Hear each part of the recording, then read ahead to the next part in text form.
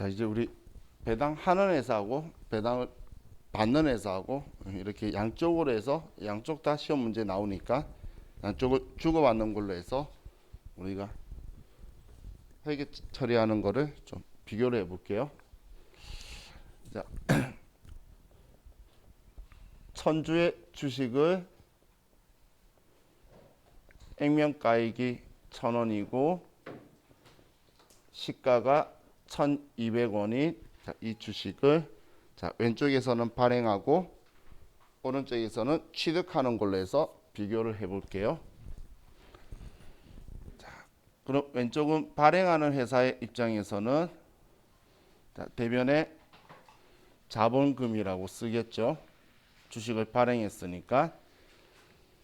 그리고 이 자본금 계정 과목은 무조건 주식수 곱하기 액면가니까 이 회사는 100만 원이다라고 쓸 거예요. 자, 그리고 차변에 현금으로 돈을 받는데,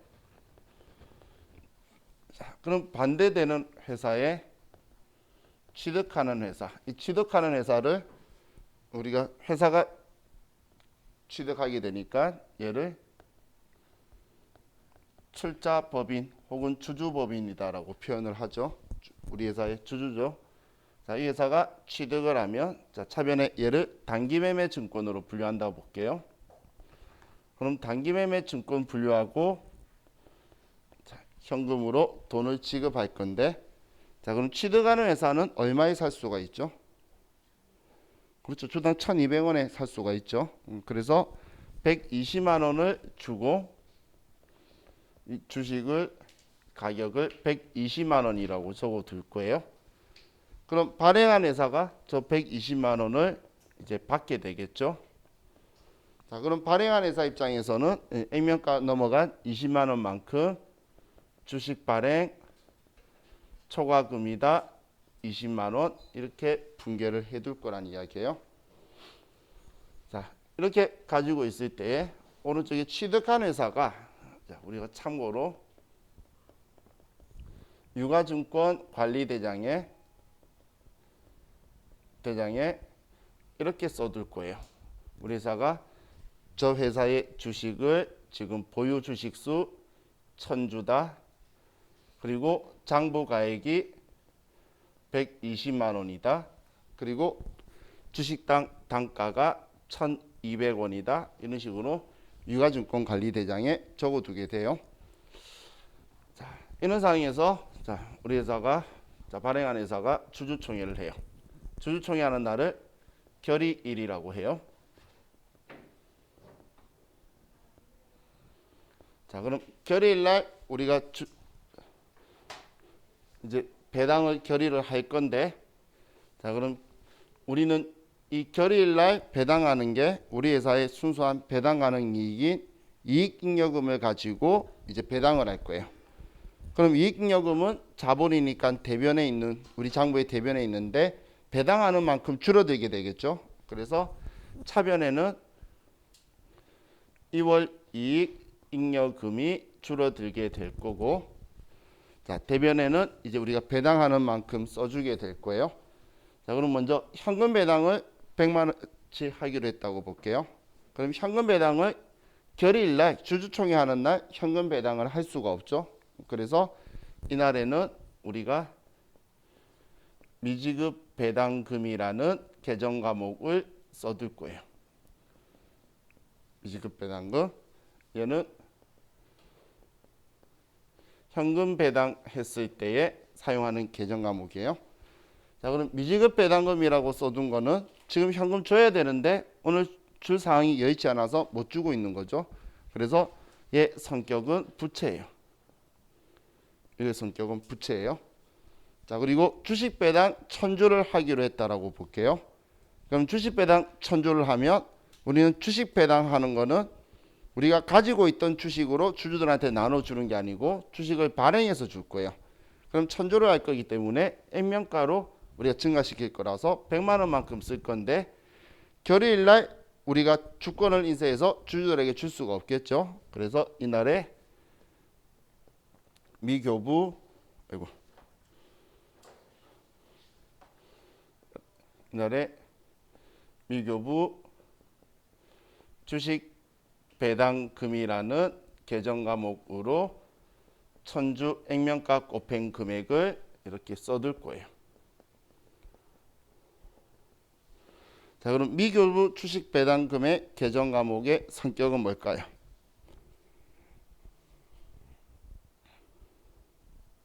이번에 말할 수 있어요. 오래 안 됐어요. 이 앞 시간이야. 이 앞 시간에 제가 얘로 분류된 애는 무진장 많아요. 말했던 그 분류. 얘는 자본 조정이죠. 자본 성격이라는 거예요. 자, 그럼 우리가 이렇게 배당하기로 하고 이제 우리가 주주총회를 끝내면 그냥 우리는 아무 말이 없어도 현금 배당하기로 한 게 100만 원 있죠. 그러면 법정 적립금인 이익 준비금을 10만 원을 적립해야 돼요.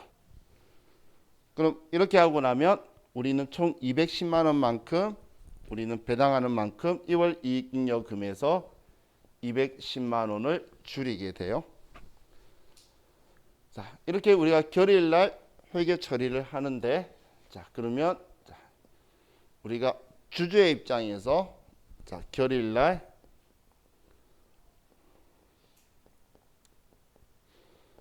주주총회를 하는데, 자, 그럼 현금 배당에 대해서 먼저 보면,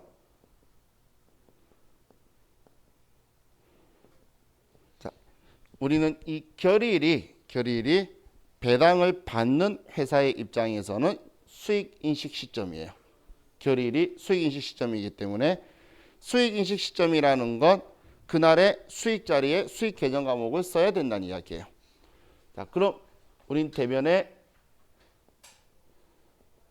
배당금 수익이라는 영업 외 수익의 계정 과목을 쓸 건데, 자, 우리 주주가 많이 있겠지만 그냥 금액 보기 편하게 그냥 얘 1인 주주라고 볼게요. 그러면 얘가 100만 원의 배당을 결의받았으니까 배당금 수익이라고 100만 원을 쓰고, 그런데 오늘은 결의만 했지 실제로 안 줬죠. 그래서 차변에 미수금이라고 받아야지, 주면 어떡해요. 그죠? 자, 그럼 미수금이라고 이렇게 써두게 될 거예요. 자, 이 배당을 받을 때는 현금 배당 받았을 때는 정기 배당이든 중간 배당이든 우리가 배당 받았을 때는 배당 받는 사람 입장에서는 그냥 영업외 수익인 배당금 수익을 쓰지, 여러분들이 배당 받았다라고 해서 쓰려고 하면서 컴퓨터에 배당이라는 이 두 글자를 치면 여러분한테 중간 배당금이라는 계정 과목이 나야 라고 선언 들 거예요. 그럼 여러분들은 그 계정 과목 보고 꺼져 하고 그냥 버려야 돼요. 지금 제가 영업외 수익이라고 그랬죠. 중간 배당금은 뭐냐면 자본 조정 계정 과목이에요. 자본. 근데 자본 조정이 아니고, 죄송해요, 이익잉여금 자본 계정 과목이에요. 얘는 배당을 하는 회사가 쓰는 거예요. 배당하는 회사가. 그런데 여기에서 여러분들 헷갈려라고 시험에서 중간 배당금 받는 문제가 자주 나올 거니까, 그럼 중간 배당금 얼마를 수령하다 적혀 있거나 아니면 우리 결의를 하다라고 적혀 있으면 나는 돈 받은 거나 아니면 돈 받을 거다라고 쓰다가 배당이라 치면 그 글자가 보이면 그쪽으로 현혹된다는 거예요. 우리 배당 받는 사람은 그런 거 쓰는 거 아니에요. 그냥 배당금 수익이에요. 자, 그럼 우리가 주식 배당에 대해서 결의를 하게 되면, 자, 이 주식 배당은 회계 처리를 하지 않을 거예요. 우리 이날에는 회계 처리를 하지 않아요. 자, 그럼 이런 상황에서 이제 우리가 배당을 실시를 해요. 자, 첫 번째 먼저 현금 배당 실시를 하면, 자, 우리는 결의일날 돈을 못 주기 때문에 적어뒀던 미지급 배당금을 이제 돈을 줄 거니까 지울 거예요. 그럼 차변에 미지급 배당금 100만 원이다라고 해서 이제 지워주고, 대변에 현금으로 100만 원을 지급하면 되겠죠. 자, 그럼 배당을 받는 회사에서 현금 배당을 수령을 하면 이 100만 원을 지금 1인 주주라고 가정했으니까 현금으로 100만 원을 받고, 그리고 과거에 결의일날 적어뒀던 미수금 100만 원을 지우고 이렇게 처리하면 끝날 거예요. 그럼 주식 배당 실시하면, 저희 반 회계 1급이라서 회원가입하라고 지금 외치고 있습니다. 자, 그럼 주식 배당 실시하면, 자, 우리는 주식 배당은 주식을 발행해서 줄 거라 그랬죠. 그럼 주식 발행하면 우리는 자본금이 증가한다라고 했잖아요. 그래서 대변에 자본금 주식수 곱하기 액면가, 그리고 결의일날 우리가 주식 배당 못했기 때문에 적어뒀던 자본조정 개정 과목이 미교부 주식 배당금.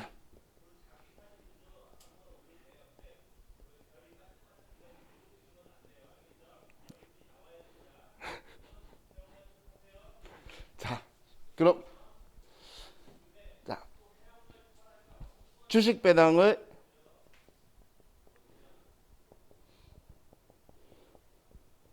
수령을 하면, 자, 이때도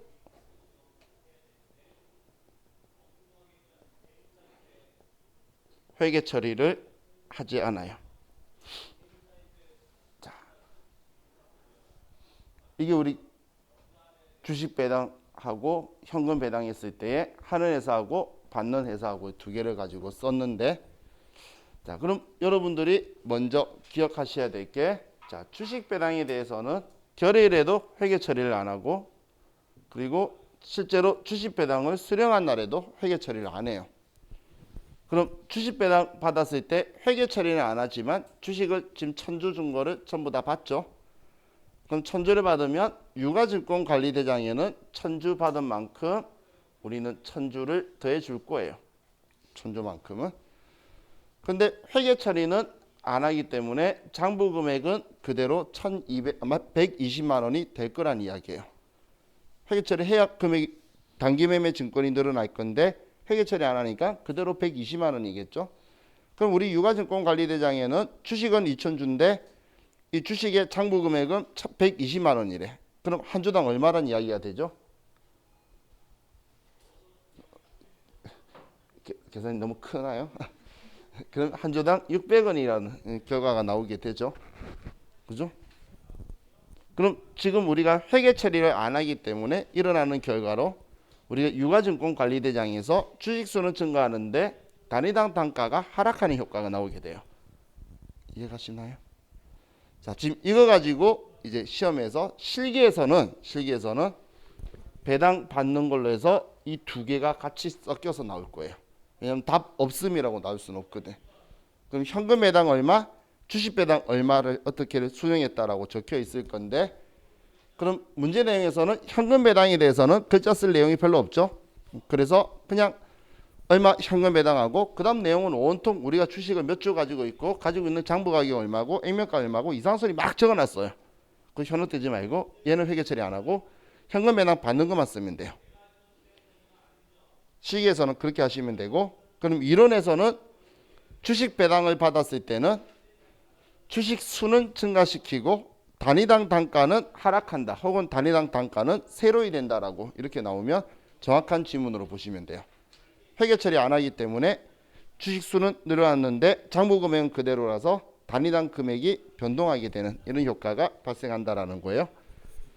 자, 그럼 이거 가지고 우리가 실기에서 또 나오고, 자, 이론 가지고 조금 더 보면, 자, 우리 죄송해요. 우리 여기에서도 실기에서 잘 나오는 게, 여러분들이 꼭 문제에서 파악하셔야 될 게, 문제가 결의를 이야기하고 있는 건지 배당 실시하는 날을 이야기하는 건지를 정확하게 인지를 하셔야 돼요. 배당 실시한 날에 대한 회계 처리라면 결의일 날에 이렇게 분개를 해뒀을 거라는 거예요. 그럼 얘네들을 지우면서 돈을 지급하거나 주식을 발행해 주는 회계 처리를 해라는 거고, 결의일날 이야기를 하는 거면 얘네들 생기면서 2월 이익잉여금을 줄여주는 회계 처리를 하라는 거예요. 그래서 문제를 봐서 지금 나한테 요구하는 회계 처리를 요구하는 날이 결의일인 건지 아니면 배당을 실시하는 날인 건지를 먼저 정확하게 파악을 하셔서 얘를 처리를 하셔야 돼요. 자, 그리고 자, 얘 왼쪽에 있는 것 중에 주식 배당을 좀 보면,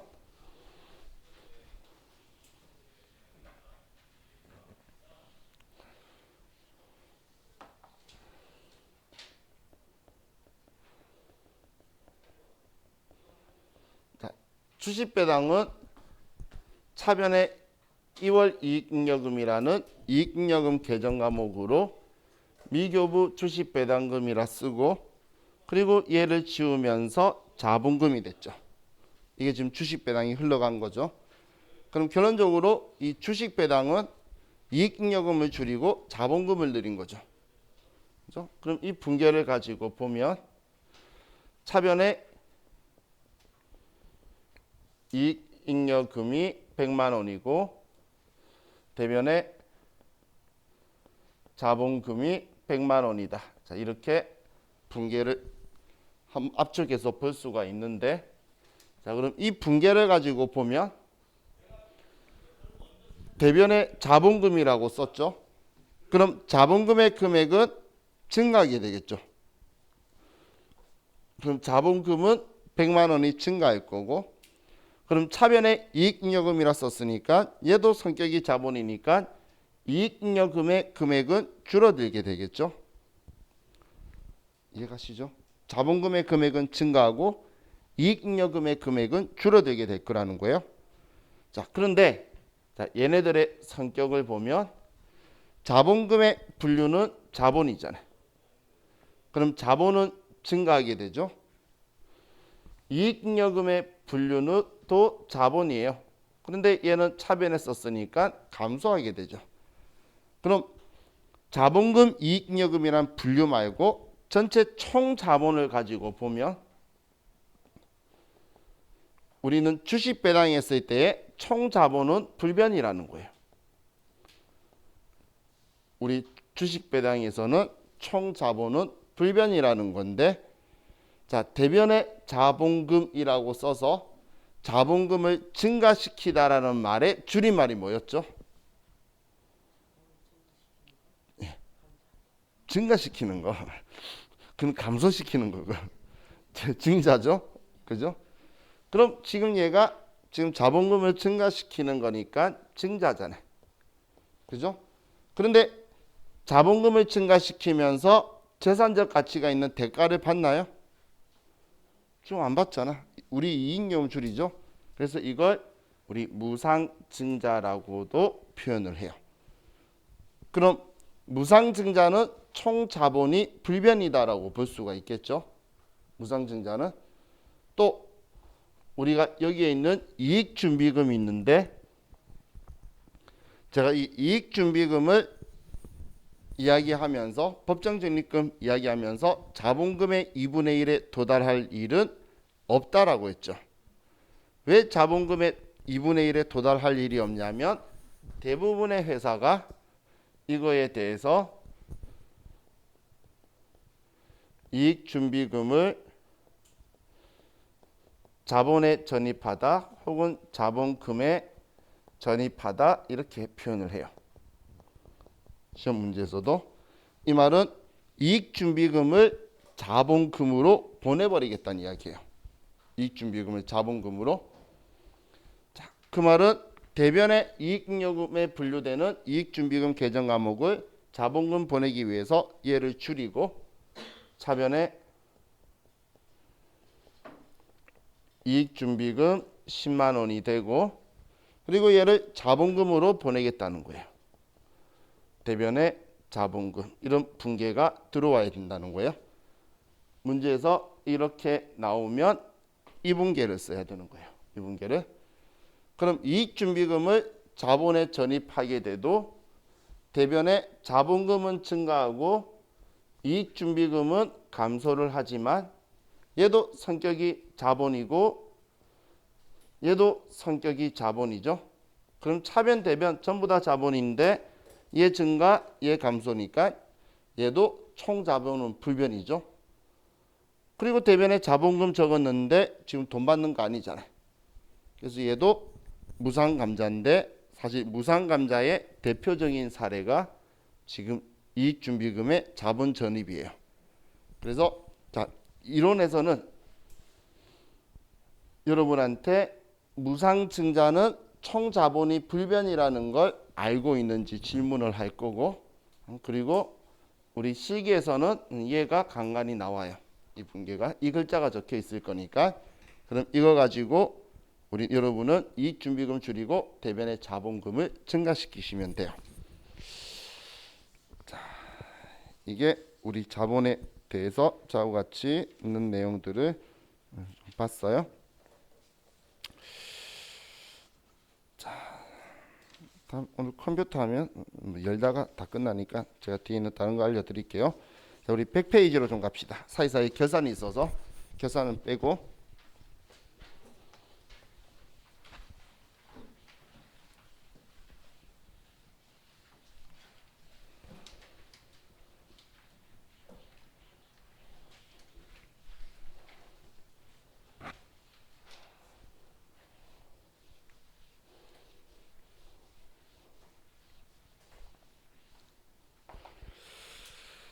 자, 100페이지 5번에 보면 충당부채, 우발부채, 우발자산 뭐 이런 거 적혀 있는데 충만부채와 충당부채와 우발부채에 대해서 좀 볼게요. 자, 우리가 알고 있는 계정 과목 중에 충당부채라는 글자가 적혀 있는 계정 과목 있나요? 있죠. 그렇죠. 퇴직급여 충당부채. 그죠? 그럼 퇴직급여 충당부채 그 계정 과목의 특징을 생각해 보면, 자, 얘는 지금 우리가 장부에 부채로 인식해서 쓰는 거죠. 그죠? 근데 이걸 부채로 인식해서 쓰는 거는, 자, 우리 퇴직금이 얼마인지는 우리가 정확하게 측정할 수가 있죠. 12월 31일 날 얼마 퇴직금 줘야 될지 축에 산정하잖아요.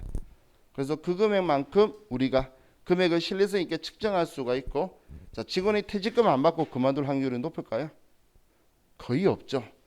그러면 미래의 경제적 효익에 유출될 가능성이, 우리 자본에 유출될 가능성이 매우 높은 거예요. 그 두 개가 완전히 충족되었을 때 충당부채로 인식할 수 있는 거예요. 금액을 정확하게 알고 그리고 나갈 확률이 매우 높을 때. 그게 지금 우리 교재 충당부채 적혀 있는 거에 보면 금액을 신뢰성 있게 추정 가능하고 자본의 유출 가능성이 매우 높을 때 충당부채인 부채로 인식한다는 거예요. 그런데 우발부채는, 자, 우리 그 캐시백 포인트 같은 거 있죠. 예를 들면 오케이 캐시백 포인트가 있어요. 자, 이걸 우리 사용하는 제도는 우리가 제가 만약에 포인트를 발행하는 회사면 발행을 해서 고객이 그 포인트를 사용을 하면 그 가맹점에 우리 회사가 돈을 지급해 줘야 되죠. 그럼 내가 발행하는 만큼 돈이 나가야 되니까 내 입장에서는 발행하는 만큼 부채가 될 거예요. 자, 그런데 그 포인트를 잘 쓰는 사람도 있지만 저처럼 못 쓰는 사람도 있어요. 전에 깜짝 행복한 일이 있었던 게, 제가 한때 하나 SK 카드를 썼었는데 거기에 저도 모르는 오케이 캐시백이라는 애가 쌓이고 있었던 거예요. 그래서 전화 오더니 저한테 48만 원 얼마가 있으니까 쓰래. 또 난 사기꾼인 줄 알았지. 카드사에서 전화 왔으니까. 그래서 여러 번 끊었어요. 근데 끊고 어쩌다 한 번씩 전화 올 때마다 계속 그 금액이 늘어나요. 그래서 기분 좋게 그거 가지고 뭐 좀 샀어요. 근데 저처럼 쓸 줄 모르서 안 쓰는 사람도 있고, 또 잘 챙겨 쓰시는 분들은 잘 챙겨 쓰죠. 그럼 포인트를 발행한 회사 입장에서는 돈이 나갈지 안 나갈지 모르잖아요. 이걸 우발부채라고 해요. 그럼 이런 우발부채는 우리가 부채로 인식하면 안 돼요. 그래서 장부에는 쓰지가 않고, 왜냐하면 얼마 나갈지 금액도 신뢰성 있게 측정 못 하겠고, 그리고 나갈지 안 나갈지 가능성도 모르겠죠. 하지만 나갈 수도 있잖아. 그래서 이런 경우에는 주석에다가 공시만 해두는 거예요. 주석에만, 다른 곳에 표시하는 게 아니라 주석에만 우리가 공시를 해줄 거예요. 근데 나갈 가능성이 없대. 그러면 그냥 표시할 필요 없어요. 나갈 가능성이 없는데 왜 표시를 해? 이게 충당부채와 우발 부채라고 보시면 돼요. 자, 그럼 이 우발 부채 이야기할 때마다 그럼 파리바게트라는 빵집 아시나요? 파리바게트 빵 맛있나요? 맛있다는 사람도 있고 맛없다는 사람도 있는데 일반적으로는 맛이 없나 봐요. 그 결정적인 사건이 뭐냐면 오케이 캐시백 포인트 회사가 조금 나쁜 짓을 많이 해요.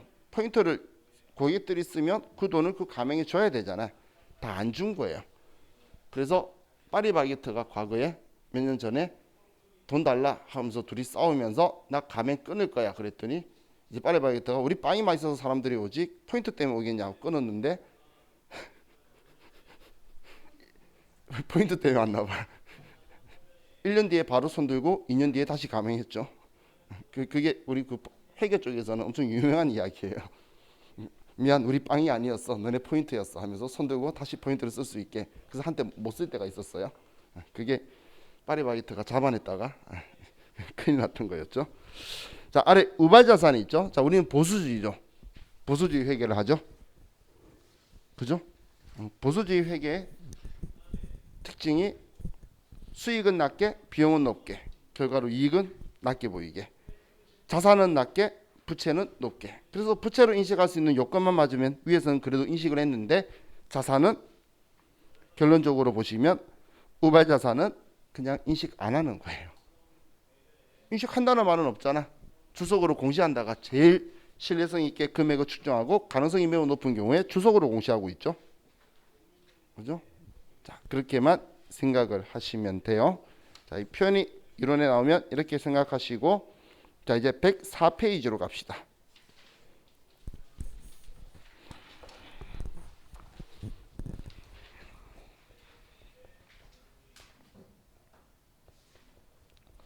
자, 회계 변경에 대해서 변경하고 오류 수정에 대해서 이론 시험에 간간히 여러분 생각보다는 빈도가 있게 우리가 이론 시험에 나오고 뭐 오류 수정은 뭐 실기에도 한 번씩 나오는데 자, 회계 변경은 자, 먼저 두 가지로 분류를 해요. 자, 첫 번째는 회계 정책의 변경과 지금 우리 책에 원칙의 변경이 적혀 있는 게 시험에서도 그렇고 일반적으로 정책의 변경이라 잘 써요. 그리고 회계 추종의 변경. 자, 이렇게 두 가지로 이제 분류를 나눠요. 자, 그럼 이 변경 두 개의 글자에 정책하고 추정 이렇게 두 개가 차이가 있는데 자, 이 글자를 봤을 때 어느 게 중요해 보여요? 그래서 정책이 중요해 보이죠? 그 마음을 우리 시험 볼 때까지 끝까지 가지고 가는 거예요. 자, 정책이 중요한 거예요. 그래서 추정의 변경은 중요하지 않는 게 아니라 정책보다는 덜 중요한 거예요. 그럼 뭔가 우리가 회계에 대한 정보 내용을 변경을 해야 되는데 추정의 변경은 별로 중요하지 않는 얘가 우리 대손 충당금 추정률, 대손 추정률 변경이라든지 혹은 감가상각 방법을 변경한다든지 이런 것들이 우리 추정의 변경이에요. 얘는 그냥 우리가 봐도 추정률 1%, 2% 바꿔봐야 어차피 나중에 정리하면 똑같은 거잖아. 감가상각 방법을 바꾸든 잔존가액을 바꾸든 나중에 끝나면 없어지는 건 똑같아요. 그러면 얘는 별로 중요한 게 아니죠. 그렇기 때문에 회계 추정의 변경은 얘는 전진법을 쓸 거예요. 변경하는 걸 전진법을 쓰는데 전진법을 쓴다는 건 단기 기초부터 변경한다는 거예요. 단기 기초부터 변경을 할 거예요. 표현할 때는 우리 기준서에는 단기와 단기 이후부터 변경한다 적혀 있는데 단기와 단기 이후 이렇게 적어 놓으니까 말장난을 잘 쳐요. 단기 말부터 해서 오답 지문으로 나오는데 단기의 기초부터 그냥 쭉 앞으로 우리가 계속 전진법으로 우리가 바꾼 방법으로 쓰겠다는 거예요. 그런데 회계 정책의 변경은 중요한 변경인데 첫 번째 대표적인 게 재고자산 평가 방법 변경이에요.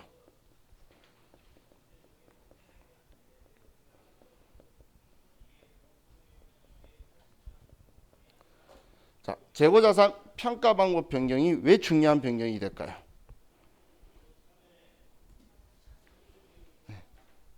재고자산. 우리 재고자산 평가 방법 할 때 단가 결정 방법 보면 선의선출법, 이동평균법, 총평균법, 후이선출법 그거 이야기하는 거예요. 그럼 그때 제가 우리 저번 시간에 그거 가지고 이야기할 때에 평가 방법을 하는 거에 따라서 기말 재고자산의 차이도 있었지만 이익의 차이가 발생했죠. 그럼 이 평가 방법을 바꾸는 걸로 자기 마음대로 이익을 조정할 수 있다는 거예요. 그렇기 때문에 이건 회계 기준에서도 매우 중요한 변경이 되고 법인세법에서도 아주 중요한 변경으로 방법을 신고해야 돼요. 그래서 재고자산 평가 방법의 변경은 중요한 변경이에요. 이익을 조작할 수 있기 때문에. 자, 그리고 또 우리 누구나 생각할 수 있는 회계 기준의 변경.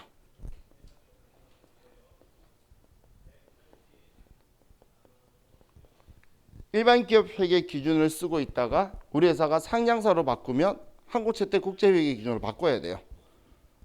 아주 중대한 변경이죠. 그죠?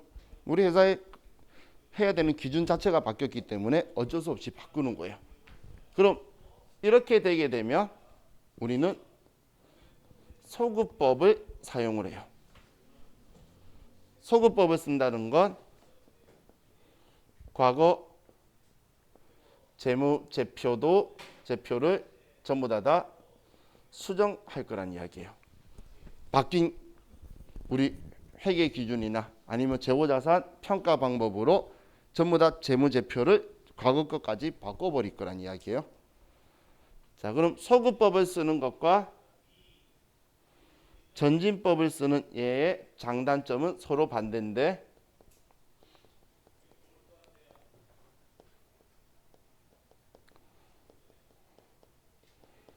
얘는 서로 봤는데 소급법을 썼을 때의 장점은 지금 회계 기준이 바뀌기 이전 것도 그냥 바꾼 기준을 해서 새로 작성해 주니까 서로 둘이를 비교하기 좋아서 비교 가능성이 높아지는 게 장점이에요. 비교 가능성이 높아지는 게. 그럼 반면에 단점은 과거에 작성했던 재무제표를 바꿔버리니까 과거 재무제표에 대한 신뢰가 하락하게 되겠죠.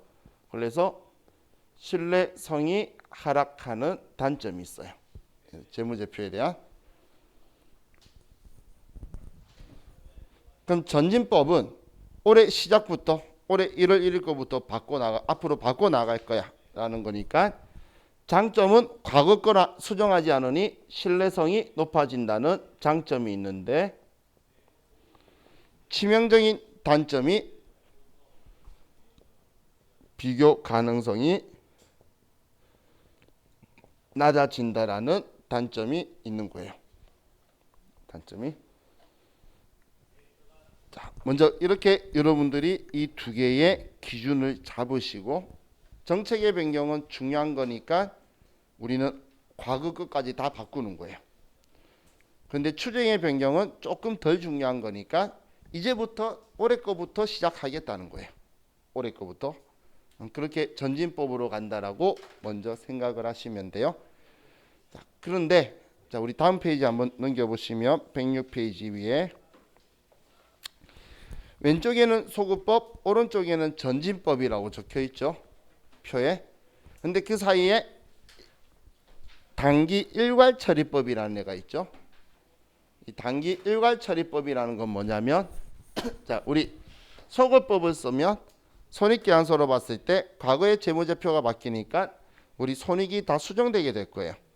그죠? 전진법을 쓰면 과거 거 손 안 되니까 올해 거부터 반영이 돼요. 그런데 단기 일괄 처리법이라는 건 뭐냐면 이 중간점으로 잡아서 재무제표는 안 바꿔요. 전진법처럼 앞으로 그냥 그대로 그렇게 갈 건데 계산은 옛날 것까지 전부 다 계산해 보는 거예요. 바꾸는 방식으로. 계산해 봐가지고 그 차이 나는 걸 단기 손익으로 처리해 가지고 손익은 계산이 과거까지 반영되도록 하되 재무제표는 손을 안 대는 어중중한 중간 단계가 단기 일괄 처리법이에요. 자, 얘는 이 중간 단계이구나. 이 정도까지만 생각하시면 되고 얘 두 개를 여러분들이 생각하시면 돼요. 자, 그럼 지금 얘는 회계 변경에 대해서 이야기했는데 자, 이번에는 오류 수정에 대해서 볼게요.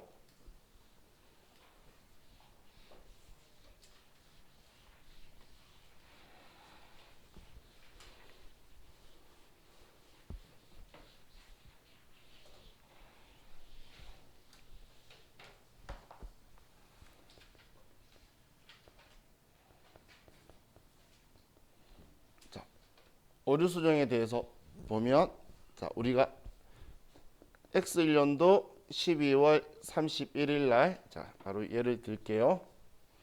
자, 차변에 감가상각비 100만 원, 대변에 감가상각 누계액 100만 원이다. 이렇게 회계 처리를 늘 해오다가 X년도 12월 31일 날 우리가 실수로 이 회계 처리를 누락을 한 거예요. 누락을. 자, 그럼 이 회계 처리를 누락했는데 이거에 대해서 X2년도에 회계 처리를 하고 싶은 거예요. 이에 대해서. 자, 그럼 이거에 대해서 회계 처리를 해서 감가상각해서 자산의 가치를 줄이고 싶으면 대변에 감가상각 누계액이다 이렇게 쓰는 거는 크게 문제가 안 되는데 문제는 차변에 똑같이 감가상각비라고 하면 지금 전기의 비용을 단기의 비용 처리를 하는 그런 효과가 나오게 되겠죠. 그렇기 때문에 지금 얘는 500번이나 800번 처리할 거잖아. 이거에 대해서 인정할 수 없다는 거예요. 왜냐하면 비용이 전기의 비용을 단기의 판관비다 영업비용이다라고 처리를 하면 안 되겠죠. 그러면 우리는 이때 처리하는 계정 과목이 비용에 관련된 거는 비용인 거는 전기 오류 수정 손실이라는 계정 과목을 쓸 거예요. 만약에 수익에 대한 거였으면 전기 오류 수정 이익이라고 할 거고 전기의 수익을 오래 인식할 거면 전기의 비용을 오래 인식할 거면 전기 오류 수정 손실이라는 계정 과목을 쓸 거예요.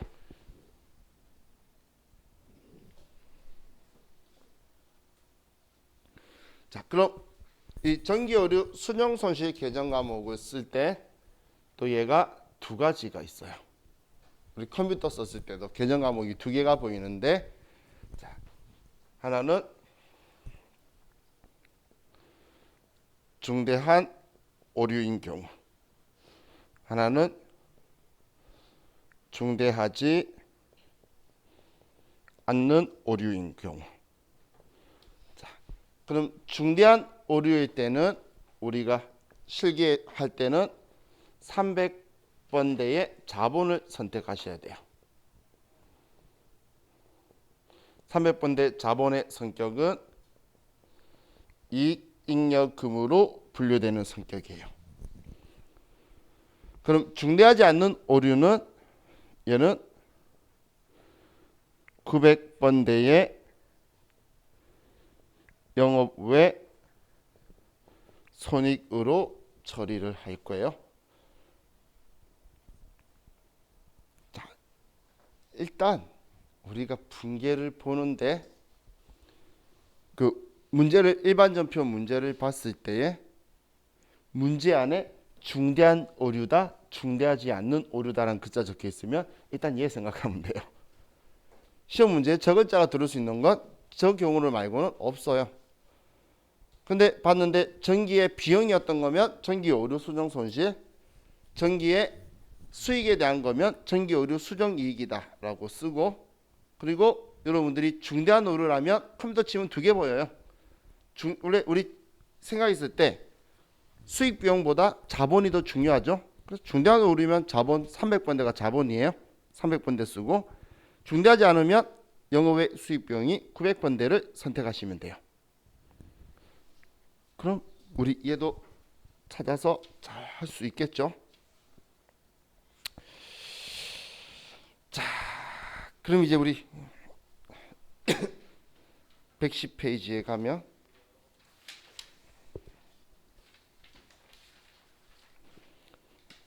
재무제표 이야기가 뒤에 또 나오죠.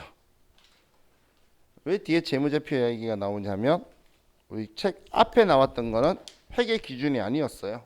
우리 저번 주에 처음 앞쪽에 있는 거 대충 봤었던 거는 회계 기준이 아니고 개념책이었고, 지금 여기는 회계 기준인데 이 두 개를 붙여놓으면 거의 비슷한 부분이 많은데 붙여놓으면 같은 내용이 두 번 있는 것 같잖아요.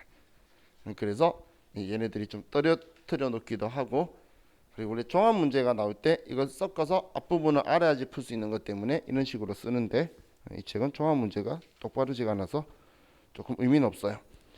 근데 우리 여기에서 실수를 한 게 재무제표의 종류에서 재무상태표하고 포괄손익계산서라 적혀있죠. 포괄자를 지워버리세요.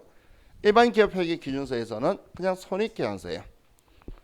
자, 그럼 우리 손익계산서와 포괄손익계산서의 차이가 뭐죠? 우리 IFRS는 포괄손익계산서를 쓰죠.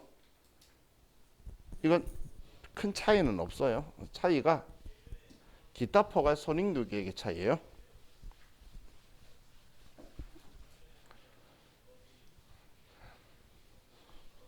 자, 우리가 일반 기업 회계 기준에서는 여기에서는 우리가 손익계산서라고 이렇게 하면 수익에서 비용을 빼면 이익이 된다. 이게 손익계산서죠.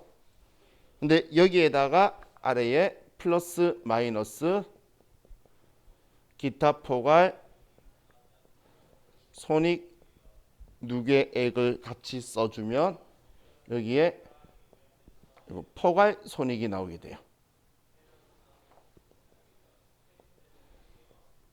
이 포괄 손익으로 외부 이용자한테 보고해 주는 게 포괄 손익계산서예요. 근데 우리 IFRS는 무조건 이렇게 표현해 주는데 일반 기업 회계 기준은 저거 안 쓴다는 거예요. 그냥 기타 포괄 손익 누계액은 자본 쪽에서만 보여주고 있지 손익계산서에서 잘 안 쓰고 있기 때문에 얘는 우리 포괄 손익계산서라고 표현하면 안 되고 손익계산서라고 우리는 표현을 해야 돼요. 자, 그리고 아래 재무제표 작성의 일반적인 원칙에서 계속 기업이다. 우리는 앞으로도 계속 사업을 영위할 거다. 재무제표의 작성과 공정한 표시는 회계 담당자한테 있죠. 그렇죠. 사장한테 있지. 그냥 이제 영혼 없이 그냥 끄덕끄덕 하는 거 방금 봤어요. 자, 우리 회계 담당자는 회사 그만두면 끝이죠. 회계 담당자한테 있는 게 아니고 이거는 우리 경영자한테 책임이 있는 거죠. 자, 우리 회계 정책의 결정은 크게 신경 안 쓰셔도 되고, 오른쪽 111페이지에 재무제표 항목의 구분과 통합. 그럼 우리 재무제표 작성할 때에 우리는 크게 자산은 유동자산, 비유동자산 구분해서 합계를 보여주고, 거기에서 또 당좌자산, 재고자산, 투자자산, 이용자산, 무용자산, 기타 비용자산, 또 당좌자산에서도 우리는 현금 및 현금성 자산, 매출 채권 이런 식으로 구분 통합해서 보여준다는 이야기예요. 자, 그리고 비교 재무제표의 작성. 자, 우리 손익계산서나 재무상태표 열면 항상 오른쪽에 전기계 있죠. 그렇게 두 개를 최소 우리는 비교할 수 있도록 최소 두 개. 자, 회계 기준이 변경이 되었어요. 그러면 최소 세 개를 보여주는 거예요. 그러면 두 개는 같은 회계 기준을 적용한 상황이 되게 되겠죠. 그런 식으로 보여줄 거라는 거예요. 그럼 비교 재무 가능성을 계속 높이려고 그러면 당연히 재무제표 항목은 계속 같은 분류와 우리가 표시로 계속 가야 되겠죠. 그거에 대해서 적혀 있는 거예요. 재무제표 보고 양식은 조금 저는 어릴 때는 이해가 안 갔는데 내용 보면 이해하기 쉽도록 쓰래요. 간단하고. 자, 재무상태표는 우리 자산 일정 시점에 재무 상태, 자산, 부채, 자본이 키워드죠. 이건 우리 회계 때부터 보는 거니까 뭐 작성 기준은 뭐 크게 볼 필요 없고, 다음 페이지 넘기면 손익계산서가 있죠. 자, 손익계산서도 우리는 일정 기간 경영 성과, 수익 비용이 키워드죠. 그죠? 자, 그럼 일정 기간의 경영 성과, 수익 비용. 자, 그럼 손익계산서의 작성 기준이 있는데, 자, 우리 손익계산서에 보면 우리가 매출액에서 매출원가 빼면 매출총이익이다. 매출총이익에서 우리 판관비 빼면 영업이익이다. 이런 식으로 구분을 하고 있죠. 자, 우리 일반적인 제조업이나 이런 회사는 꼭 그 구분을 해서 보여줘야 돼요. 그 구분 생략할 수 있다 나오면 틀린 거예요. 자, 우리 책 보면서도 오해하시면 안 돼요. 우리 첫 번째 그 구분 계산의 원칙에 보면 뭐 매출 총이익을 손익을 구분 표시 생략할 수 있다라고 적혀 있죠. 그거는 제조업, 유통업, 건설업 이외의 기업이에요. 이외의 기업이니까 우리가 하는 제조업이나 이런 회사들은 무조건 구분해서 해야 되는데 생략할 수 있다라고 나오면 오답 지문이에요. 자, 그리고 총액주의. 우리는 재무상태표에서도 총액주의고 손익계산서에서 총액주의예요. 총액주의라는 건 자산과 부채는 임의적으로 상기하지 말라. 수익과 비용을 임의적으로 상기하지 말라. 그게 총액주의죠. 그죠? 그럼 우리 자, 대손충당 매출 채권이, 자, 예를 들어 외상 매출금이 1억이 있고 외상 매출금의 대손 충당금이 자기 짝지가 100만 원이 있어요. 자, 근데 이걸 우리 장부에 그냥 외상 매출금 9,900만 원이다. 자, 이렇게 표현해도 될까요?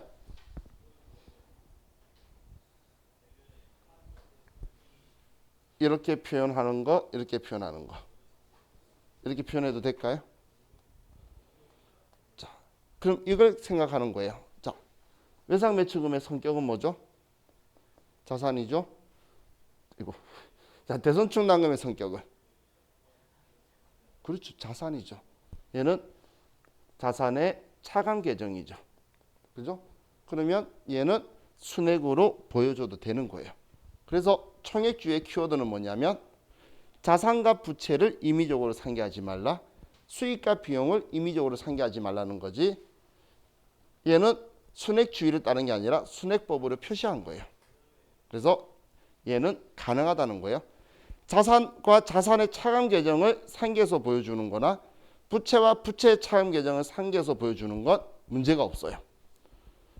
근데 내가 똑같은 A라는 회사한테 받을 외상 매출금이 있고 갚아야 될 외상 매입금이 있는데 그건 마음대로 상기하면 안 된다는 거야. 근데 얘는 가능하다는 거예요. 개념 이해가시죠? 자, 다음 계속 사업 손익의 표시. 자, 이거는 무슨 이야기냐면, 자, 우리 중단 사업하고 계속 사업이라는 게 있는데, 자, 우리 삼성전자에서 팔고 있는 휴대폰 가지고 볼게요. 자, 지금 우리나라에서 애니콜을 쓰나요? 안 쓰죠. 그럼 지금 현재 팔고 있는 거는 갤럭시라는 휴대폰이죠. 그럼 이 갤럭시라는 휴대폰은 지금 계속 만들고 있으니까 계속 사업이에요. 그런데 아직도 삼성전자는 애니콜의 생산 라인은 우리나라에는 없지만 외국에 팔고 있어요. 재고를. 그게 중단 사업이에요. 그럼 그 중단 사업은 이제 비용은 별로 없는데 계속 수익만 나고 있죠. 그걸 계속 사업하고 섞어버리면 이익이 과대될 거니까 이걸 구분해서 쓰라는 거예요. 그게 이제 계속 사업 손익을 표시라는 건 중단 사업하고 계속 사업을 구분해서 표시를 해야 외부 용자가 오해 안 할 수가 있겠죠. 자, 그리고 주당 순손익의 표시. 이건 별거 아니에요. 우리 손익계산서 본 적 있으실 거예요. 당기순이익 아래 적혀 있는 건데, 자, 우리가 당기순이익이 100만 원이죠. 발행 주식수가 만주면 100만 원을 만으로 나눈 거예요. 그럼 한 주당 100원이 이익이다. 이렇게 나오는 거니까 별거 아니에요. 자, 그럼 이제 113페이지에 뭐 수익 비용 분류라 적혀 있는데, 자, 여러분들이 꼭 이 표현을 기억해 주시면 좋겠어요. 자, 우리가 500번대라고 말하는 제조 경비하고 그리고 800번대라 말하는 판관비하고 재적용비와 다른 우리 사용한 원재료비나 전부 다 합쳐서 만들어지는 450번대 매출 원가하고 얘네들은 우리가 표현할 때 전부 다 합쳐서 영업비용이라고 표현을 해요.